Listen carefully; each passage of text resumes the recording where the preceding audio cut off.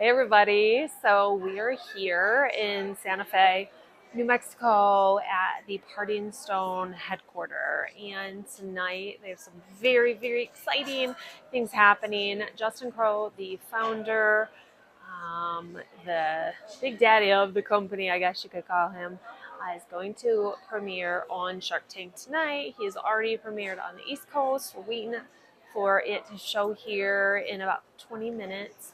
We'll be watching it live for the first time. He has not seen it edited, played out at all. Obviously, he knows went on in that room, but we don't yet. So it's kind of exciting.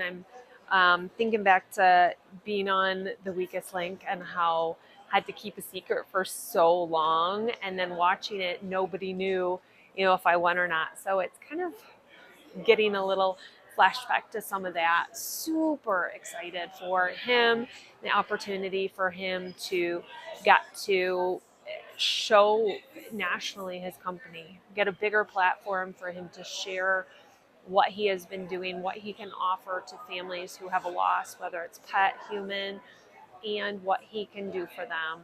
A lot of funeral homes have already partnered with Parting Stone to offer this to families. People can work directly and get their loved one cremated. I brought my dog's cremated remains with me on this trip, and so I'm going to be leaving him here tomorrow to be turned into stones as well. I love the concept and thought. I never fully embraced scattering. I never really wanted him cremated, but when we had to disinter him, cremation was really the best option, since I didn't know where else I would want him buried and didn't know quite what to do from that point. And I think that a lot of people are, getting that same boat. Like, do I bury my loved one after they're cremated? Do I scatter them? Do I divide them? What do I do? And that was kind of how it was for me with my pet. And Parting Stone was the answer for me. I really love the concept of having stones that are his cremated remains and being able to cast them, one into the lake where he loved to be, and into different places, and knowing that he's not going to get spread apart and kicked apart in the dirt and everything. So I just, in my mind, this was the answer. So share with me if you guys have used this process and have had your loved one turn into stones. What has been your thought? What has been, the outcome, and how did you feel about the whole process? 2 odds, please. Can you explain a lot for two that is made up for two? I'm not quite sure I understand that question. If you can maybe rephrase it and post it again. So tonight, this premiere on Shark Tank is pretty big. It gets people thinking in a different way. Don't tell me what happened, Martha, if you just watched it. Don't share. We're all kind of eagerly anticipating that. So my grandfather passed away from COVID. What did with his organs? Nothing. We don't take out internal organs when someone dies at the funeral home. When they're embalmed, we're not taking organs out at all. We are preserving the tissue, temporary preservation through embalming of the tissue and the organs. So we're not taking any organs out. If someone has an autopsy, their internal organs are removed and then placed back in the deceased after the investigation and the whole autopsy is complete. So this is a great opportunity for, on a national platform, people to see different options. Paul is asking, when my late husband was cremated, he wants ashes to be spread. His nephews, ooh.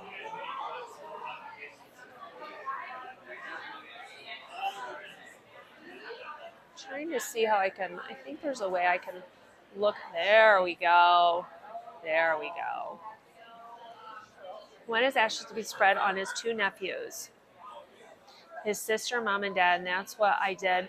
But yeah, I felt weird doing it. Spreading, you felt weird spreading his ashes? Is that what you're asking? Ooh, and I accidentally deleted your message, Pam. I didn't mean to time you out. I tried to read something and clicked too much.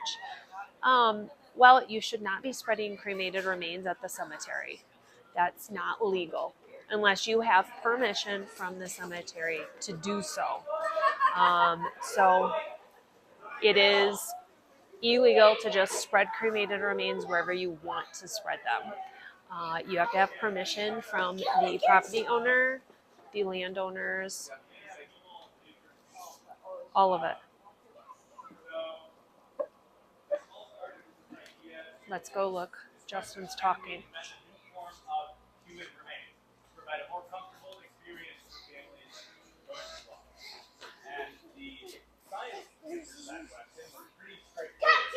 But the evangelizing of the idea was actually really challenging.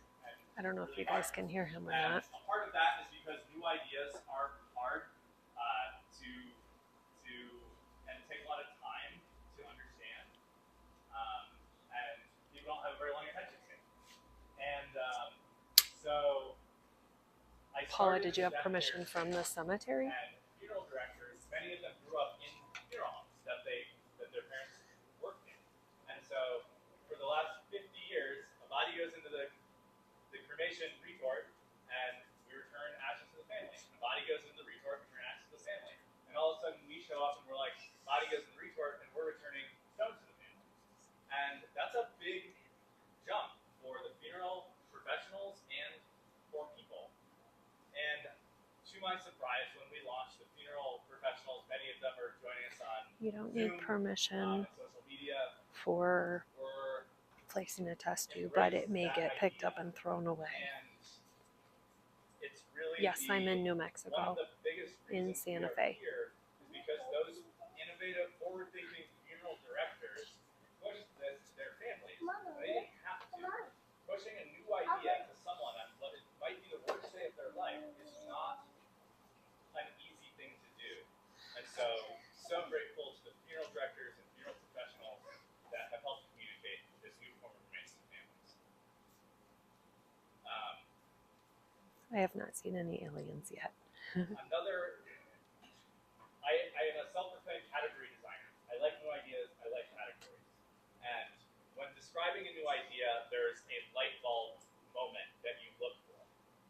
And the way that I have found for myself to describe this to people to reach that light bulb moment is by describing the moment of why you would one day choose this.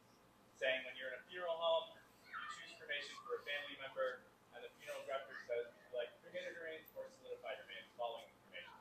You like ashes or stones following the cremation? This is a form of remains and not a product. And Shark Tank was such an interesting opportunity because it got us the ability to be on a stage and try to get as many people as possible to that light bulb moment in 8 minutes as we could. And I don't know if we did. We're going to find out here in like half an hour or 15 minutes. But it's exciting. And if I have time, okay, so it airs in 10 minutes. The last thing I want to say is that from the beginning, I've looked at De Beers and how they popularized the diamond, because diamonds aren't products either. They're these kind of ugly rocks. Tanya, yes, he can. You polish them, you package them nicely, and then you bring value to it and then sell it back to the customer. And we're not a product either. We take this kind of ugly form of remains and we compress it and polish it and clean it and package it nicely and provide it a positive experience. And right now speaking is Justin Crow, the founder of Parting Stone. Was pretty iconic. And one thing they did that I've always noticed and been envious of is they integrated celebrities and TV and movies into their marketing. And that's something that a small business like ours, we just don't have the money to do that. And De Beers did. And so Shark Tank is this really unique opportunity, for me anyway, because I really like their strategy, which was very successful, to get this inserted into pop culture, get celebrities talking about it, give me a stage to say we invented a new form of remains. When you choose cremation, you don't have to receive ashes anymore. And that opportunity was I don't know if you guys can hear him speaking or not. It has not always been clear that we would get to this point in the company. As many people early on know, especially Kelsey, Thank you, Pam. second employee, there have been many highs and many lows, and it was not always clear that we were going to survive as a business. So, and there are a number of people, everyone in this room, that helped us get here. In times of financial struggle and where we needed advice, our advisors were there and our investors were there. In times where we were struggling, the sales team, the production team, they kept hitting the goals. They kept hitting the KPIs. He's talking about how the company started and how they got to where they are getting to. That allowed us to continue to get money and continue to grow. And so I'm so grateful for the Parting Stone team at every level for coming in every day and doing this amazing thing for these families and creating what a lot of times is the most valuable, or not valuable, the most treasured thing in their life. And that's a really special job to have. And they're experts at it. I am in Santa Fe, New Mexico, where the Parting Stones headquarters is. But production keeps the engine moving. So thank you guys, all of you and people and girls for that. And finally, the ups and downs can have an impact personally.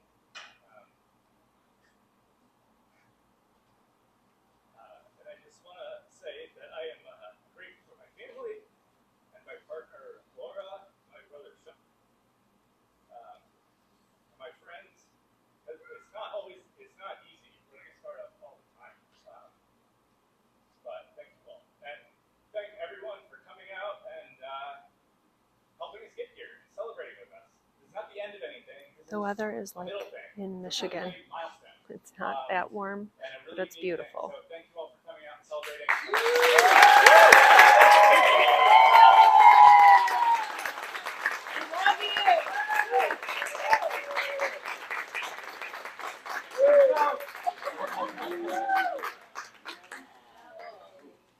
Now he's gonna die.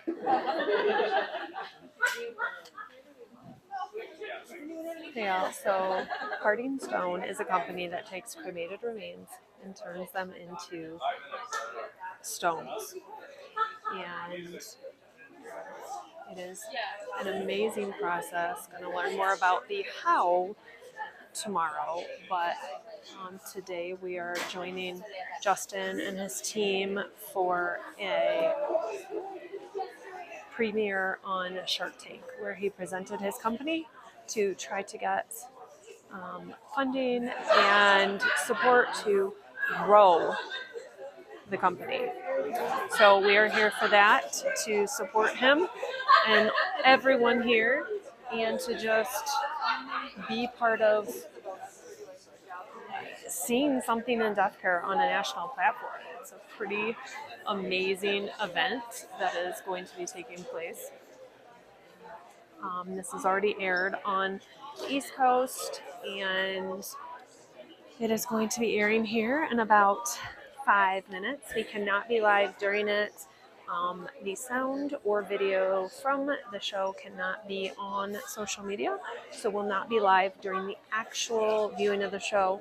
But as soon as it's over, I'll be hopping back on live for part 2, just to kind of talk about what actually goes down in the episode. So share your thoughts if you've already seen it. Let me know what you think about the concept. Google Parting Stone if you don't know about it.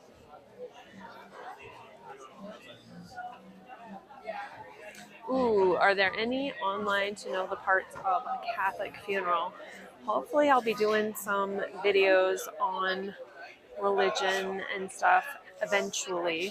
But it's lining up a lot of moving parts to get the space at a church, to bring in an empty casket, to get some staff members in, to have it while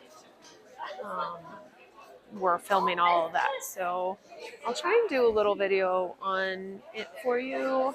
I did one years ago for students, but I'll check on it and get you something. But join me back here in a little bit after the episode airs, and I will be sharing thoughts on it. Thanks, guys.